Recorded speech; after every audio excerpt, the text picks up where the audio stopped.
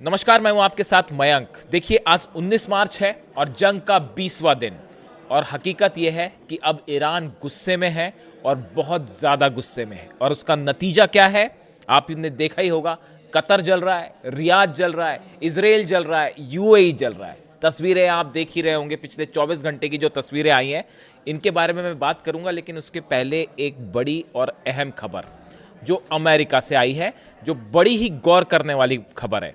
देखिए, अब से कुछ देर पहले, कुछ घंटों पहले वॉशिंगटन में एक अमेरिका के मिलिट्री बेस के ऊपर, आर्मी बेस के ऊपर कुछ अनआइडेंटिफाइड ड्रोन देखे गए।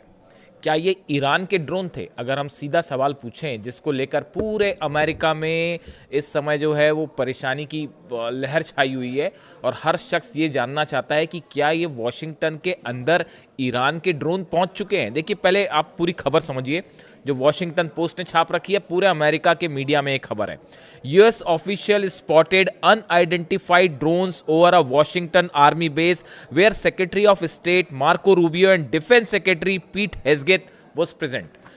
अमेरिका के इस आर्मी बेस में, वॉशिंगटन आर्मी बेस में विदेश मंत्री मार्को रूबियो और अमेरिका के रक्षा मंत्री पीट हेग्सेट मौजूद थे। इसी दौरान अचानक इस आर्मी बेस के ऊपर कुछ ड्रोन्स दिखाई देते हैं।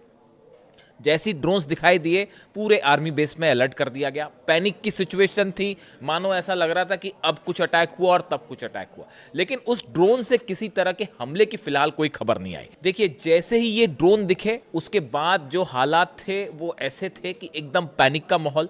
सबसे पहले पीट हेग्सेट और मार्को रूबियो को उस आर्मी बेस से अलग ले जाया गया, दूसरी जगह शिफ्ट किया गया। यानी हकीकत यह है कि आर्मी बेस, वॉशिंगटन में आर्मी बेस की आप बात कर रहे हैं, उसमें अमेरिका के विदेश मंत्री और रक्षा मंत्री की सुरक्षा को लेकर अमेरिका परेशान है कि कहीं ये ड्रोन आ गया और ये ईरान का ड्रोन निकला और कहीं गिर पड़ा तो क्या होगा। यानी आर्मी बेस से इन दोनों मंत्रियों को फौरन जो है वो शिफ्ट किया गया। हालांकि देखिए, पेंटागन के जो प्रवक्ता हैं शॉन पार्नेल, उनकी तरफ से उन्होंने कहा कि मैं इस बारे में कोई ज़्यादा जानकारी नहीं दे सकता क्योंकि ये सुरक्षा से जुड़ा मैटर है। और जो आर्मी बेस था उसका नाम है मैकनेयर आर्मी बेस, जिसके ऊपर ये ड्रोन दिखाई दिए।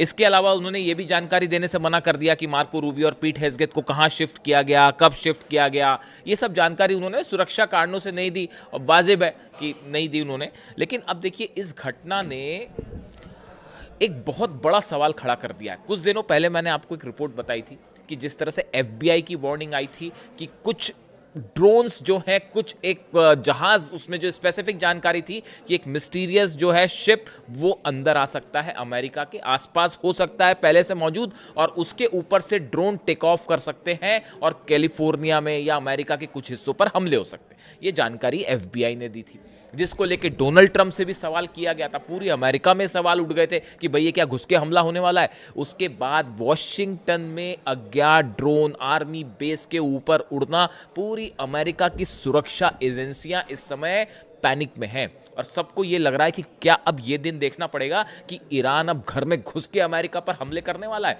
अभी तो अरब जल रहा है, अभी तो इजराइल जल रहा है, लेकिन क्या अब वो भी चीज देखने को मिलेगी कि अमेरिका के अंदर ड्रोन अटैक शुरू हो जाएंगे। इस तरह की बात ईरान की तरफ से भी कही गई है कि आगे आगे देखिए क्या होता है। तो ये खबर है, इसके बारे में जो भी अंदर डिटेल आएगा कि ये क्या था, कैसे हुआ, तो मैं आपको इसके बारे में जानकारी दूंगा। अब बात करते हैं अरब की। अरब देशों पर जिस तरह से हमले हुए वो आपने देखे। इजराइल की बात हम आखिरी में करेंगे। इजराइल की बात मैं आपको सुबह ही बता चुका हूँ, सुबह के वीडियो में। और इस समय जब मैं आपसे बात कर रहा हूँ, 19 तारीख, जंग का 20वां दिन, दोपहर का वक्त है। मैं अभी आप जब ये वीडियो बना रहा हूं, इस दौरान भी इजराइल पे मिसाइल्स बरस रही हैं और खुर्रम शहर 4 ने जो है पूरे इजराइल को खोद डाला है। ये गुस्सा है ईरान का। लारिजानी साहब पर जिस तरह से हमले हुए, खामेनी साहब को जिस तरह से शहीद किया गया, अब ये उसका नतीजा है और अब ये गुस्सा भुगतना पड़ेगा। जो नए सुप्रीम लीडर हैं, उन्होंने, मुस्तफा ने साफ कर दिया कि हम किसी सूरत में जो है वो सीज फायर का कोई सवाल ही नहीं है और एक एक खून की एक एक बूंद का बदला लिया जाएगा और शहादत का बदला लिया जाएगा। ये नए सुप्रीम लीडर के शब्द हैं। अब देखिए होता क्या है, आपने देखा जिस तरह से दुबई पर हमले हुए, कतर में हमले हुए, रियाद में हमले हुए, ये हमले क्यों हुए, हमले क्यों किए ईरान ने, ये बात समझना जरूरी है। देखिए, इजराइल और अमेरिका ने ईरान के साउथ पार्स गैस फील्ड पर अटैक हुआ। ईरान का ये वो साउथ पार्स गैस फील्ड सबसे अहम, सबसे इंपॉर्टेंट, सबसे बड़ा गैस फील्ड है ईरान का, जिस पर मिसाइल अटैक होते हैं और करीब उसका 15 से 20% हिस्से को नुकसान पहुंचा। उसके बाद बयान आता है अमेरिका के कि नहीं नहीं नहीं, हमने ये हमला नहीं किया, ये तो इजराइल ने कर दिया।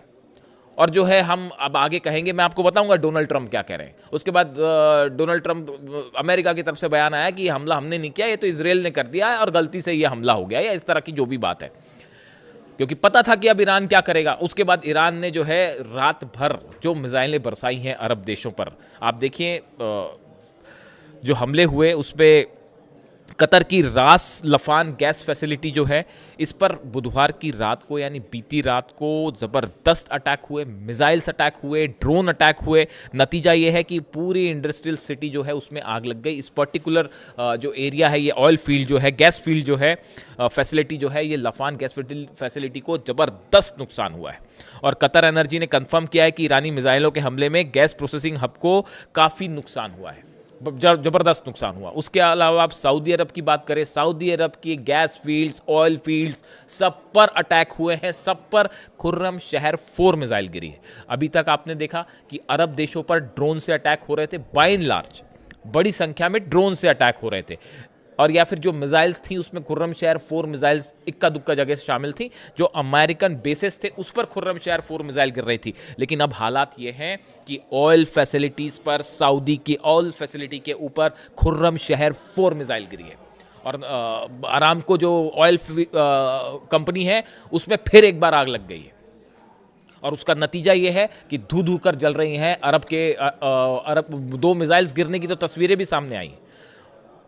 जितनी ऑयल फैसिलिटीज़ हैं, गैस फैसिलिटीज़ हैं, चाहे वो अरब में हो, चाहे कतर में हो, चाहे यूएई में हो। यूएई में कल ही हमले हो गए थे, फुजरान पोर्ट जो है उस पर हमले हुए, ऑयल रखने के जो ठिकाने थे उस पर हमले हुए हैं, गैस फील्ड्स हैं उनको निशाना बनाया जा रहा है। यानी 3 बड़ी जगहों पर, कतर में, यूएई में और सऊदी में बड़े हमले शुरू हो गए हैं। और मैंने आपको देखिए पिछले वीडियो में ये बताया था कि अब तेल में आग लगेगी। जब ये हमला हुआ था ईरान की साउथ पार्स गैस फील्ड पर, जब हमला हुआ था तभी मैंने आपको बता दिया था कि अब ये तेल की जंग हो जाएगी। और अब ये एक ऐसा तेल का खेल अब शुरू हो चुका है जो अब ये कहाँ जाके रुकेगा कोई नहीं, इसके बारे में अनुमान लगाना भी बेहद मुश्किल है।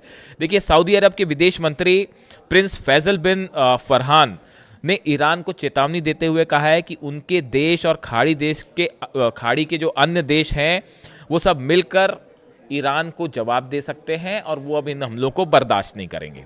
और इसलिए तेहरान अपनी सैन्य रणनीति पर दोबारा विचार करे। ऐसा बयान जो है वो सऊदी के विदेश मंत्री की तरफ से आया है। और उन्होंने कहा है कि हमारे पास अपने पार्टनरों के साथ मिलकर जो है हम ईरान को अब जवाब दे सकते हैं और ईरान को अपनी रणनीति पर विचार करना चाहिए। यानी अभी भी हमला किया नहीं है, इतने हमले होने के बाद भी अभी तक हमले की हिम्मत नहीं जुटा पाए हैं। लेकिन ठीक है, हमला कह रहे हैं कि आगे मिलके हमला हो जाएगा। देखिए, असल में हुआ क्या, कल मैंने आपको जो वीडियो बनाया था उसमें बताया था मैंने कि सऊदी में एक बड़ी बैठक होने वाली है। ये बैठक चल रही थी, 12 देशों के प्रतिनिधि शामिल थे और वो ये चर्चा कर रहे थे सऊदी में कि अब आगे क्या किया जाए ईरान को लेकर और कैसे क्या किया जाए, ये चर्चा चल रही थी। ये चर्चा के बीच में, मीटिंग के बीच में खुर्रम शहर 4 मिसाइल गिरती है सऊदी अरब में। उसके बीच में मिसाइल्स गिरनी शुरू हो गई यूएई में, उसके बीच पर मिसाइल गिरनी शुरू हो गई कतर में, और जो सबसे बड़ी जो ऑयल और गैस फैसिलिटी है उसको उड़ा दिया गया।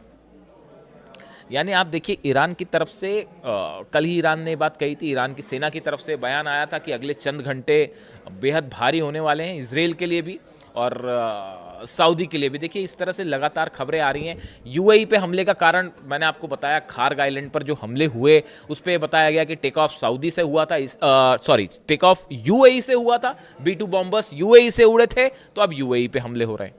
अब सऊदी को लेकर जहां तक बात है कि सऊदी के बेसिस जो है, और इस तरह की भी लगातार खबर है कि सऊदी अमेरिका के साथ ज्वाइन कर सकता है या सऊदी मदद कर रहा है अमेरिका की, इस तरह की जो खबरें हैं उसको लेकर ईरान सख्त नाराजगी ईरान ने जाहिर की थी और ये कहा था कि मिलिट्री बेसिस जो है वो आपके यहाँ सुरक्षित नहीं है, आप दूर हो जाइए इनसे और मदद बंद कर दीजिए। लेकिन ऐसा नहीं हुआ। नतीजा है कि सऊदी पर भी हमले हो रहे हैं, कतर का भी यही स्थिति आप देख सकते हैं। अल उदैद बेस पर बड़ी तबाही मची है। अमेरिका का वो बेस जहां पर लगातार बॉम्बर्स उतर रहे थे और जहां पे F-35 जेट्स उतर रहे थे, अब उसका हाल देखिए आप, रडार सिस्टम पूरी तरह से तबाह है। और अब तो कतर की, अब ये मामला सिर्फ मिलिट्री बेसिस पर हमले का नहीं रहा है, अब ये ऑयल और गैस फैसिलिटी पर हमले हैं। और अब मिडिल ईस्ट एक बार नई, इस जंग में नई एंट्री, एक नए दौर में ये जंग प्रवेश कर चुकी है, जिसमें अब खतरे में कोई भी सुरक्षित नहीं है। ईरान की तरफ से एक बार फिर जानकारी दी गई है।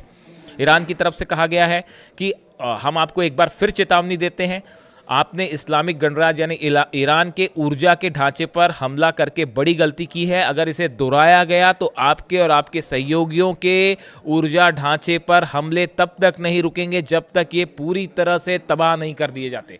ईरान ने कहा है कि अगर दोबारा हमारे किसी भी गैस फील्ड पर, ऑयल फैसिलिटी पर हमला हुआ तो जितने अरब देश हैं इनके पूरे ऑयल फैसिलिटीज पर तब तक मिसाइल मारी जाएंगी जब तक ये जल ना जाए।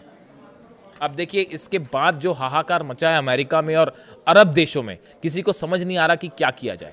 और अब उसके बाद डोनाल्ड ट्रंप का बयान बेहद अहम बयान है। अब देखिए डोनाल्ड ट्रंप क्या कह रहे हैं।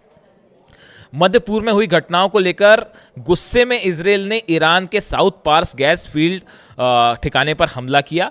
पूरे क्षेत्र का एक छोटा सा हिस्सा ही प्रभावित हुआ है। अमेरिका को इस हमले की कोई जानकारी नहीं थी और कतर को भी इससे कोई लेना देना नहीं था, ना उसे इस हमले की कोई जानकारी थी। अब डोनाल्ड ट्रंप अपनी जान बचाते फिर रहे हैं। वो ये कह रहे हैं कि यानी अमेरिका ने साफ पल्ला झाड़ लिया। उन्होंने कहा कि भैया देखिए ईरान पर जो पार्स गैस फील्ड पर हमला हुआ वो हमने नहीं किया, हमको नहीं जानकारी थी, वो तो इजरायल ने कर दिया और कतर को भी जानकारी नहीं थी। अब ये बात किसको हजम होगी बताइए। और ये क्या अलग अलग हमले मार दिए जाए कि अमेरिका अलग हमला कर रहा है, इजरायल अलग हमला कर रहा है, या दोनों एक साथ जंग कर रहे हैं। इस बयान का क्या मतलब है? इस बयान को मतलब मेरी तो समझ के बाहर है। अब आप इसको जो समझते हैं समझिए।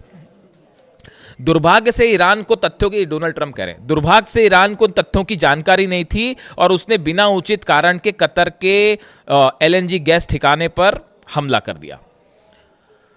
ये कहना है डोनाल्ड ट्रंप का। इसके साथ वो धमकी भी दे रहे हैं, उसके साथ वो ये भी कह रहे हैं कि अगर इस तरह के हमले जारी रहे तो हम ईरान पर ऐसा हमला करेंगे कि वो हमेशा याद रखेगा। वो हमेशा से इस बात को कहते रहे हैं। यानी अब इस पर अमेरिका के राष्ट्रपति का जो स्टेटमेंट आया है कि भाई गैस फील्ड पर हमला किया वो इजरायल ने किया, हमें नहीं पता था, यानी ऐसा लगता है कि मानो क्या कहा जाए इसको लेकर। इसीलिए अमेरिका में ये कहा जा रहा है कि डोनाल्ड ट्रंप के पास कोई रणनीति नहीं थी इस युद्ध में अंदर जाने की और ना ही बाहर आने। अब तो फंस गए, अब तो बाहर आने का सवाल ही नहीं है। ईरान ने साफ कर दिया किसी सूरत में सीजफायर नहीं होगा। और जो ये हमले हो रहे हैं, टारगेट किलिंग्स हो रही हैं, ये हत्याएं हो रही हैं। अली लारीजानी साहब को जिस तरह से निशाना बनाया गया, नई इंटेलिजेंस चीफ को निशाना बनाया गया, बासिस फोर्स के जो हेड है उनको निशाना बनाया गया, ये ब्रूटल मर्डर्स हैं, हत्याएं हैं ये, और उनका एक एक शहीद का जवाब लिया जाएगा, ये ईरान की सेना का कहना है। अब इस बीच में चीन की एंट्री हो गई है। ये जितने हालात हैं, बताया जा रहा है कि ये अगर ऐसे ही कुछ दिन और चलता रहा तो ये कोविड के स्तर से बड़ा क्राइसिस होगा। यानी अगर आप क्राइसिस को नापना चाहें कि कितना बड़ा संकट आ सकता है पूरी दुनिया में, तो जो कोविड के समय जो संकट था उससे भी बड़ा संकट आ सकता है, ये माना जा रहा है। तो चीन की अब एंट्री हो गई और बताया जा रहा है कि एक बार फिर अब चीन की तरफ से कोशिश हो रही है कि किसी तरह से शायद इस हालात को नियंत्रण में लाया जाए। रूस ने साफ कह दिया है कि जो किलिंग्स हो रही हैं, हत्या करार दिया है रूस ने, पुतिन ने हत्याएं करार दिया है, जिस तरह से लारीजानी साहब की हत्या हुई थी। और पुतिन भी सख्त नाराज़ हैं इन किलिंग्स को लेकर। यानी अब आप देखिए हालात क्या है कि अमेरिका में ड्रोन घुस रहे हैं, अरब के गैस और तेल की जितने इंस्टॉलेशंस हैं वो जल रहे हैं। और इजराइल की जो ज़्यादा बात करने का मतलब नहीं है, क्योंकि वहाँ पता चलेगा क्या हुआ। 300 मिसाइल्स ने हिट किया है इजराइल को बीती रात। रेलवे स्टेशन तबाह हुए हैं, बस स्टैंड्स तबाह हो गए हैं, आपके जितने मेट्रो स्टेशन हैं उन पर वो गिरी है। बेन गुरियन एयरपोर्ट तो पता नहीं कितनी मिसाइल्स गिर गई वहाँ पे, अब हिसाब नहीं लगाया जा सकता। 10 से 15 की खबर हमारे पास थी, अब आगे पता नहीं, अभी इस वक्त कितनी मिसाइल गिर रही होंगी उसका पता नहीं लगाया जा सकता। कितने प्लेन्स तबाह है, बेन गुरियन एयरपोर्ट पूरी तरह से तबाह हो चुका है, जो जानकारी है। इसके अलावा कितने ठिकाने ऐसे हैं जहां मिसाइल्स गिरी हैं, कितने लोग की कैजुअलिटी, कल ही खबर आ रही थी कि 200 से 250 लोग मारे गए हैं। और उसको इजराइल कैसे कबूल करेगा, सामने आएगा, वो पता चलेगा। लेकिन फिलहाल हालात ये हैं, ईरान गुस्से में है और बहुत गुस्से में है। अपडेट होगा आप तक पहुंचाऊंगा। Thank you so much.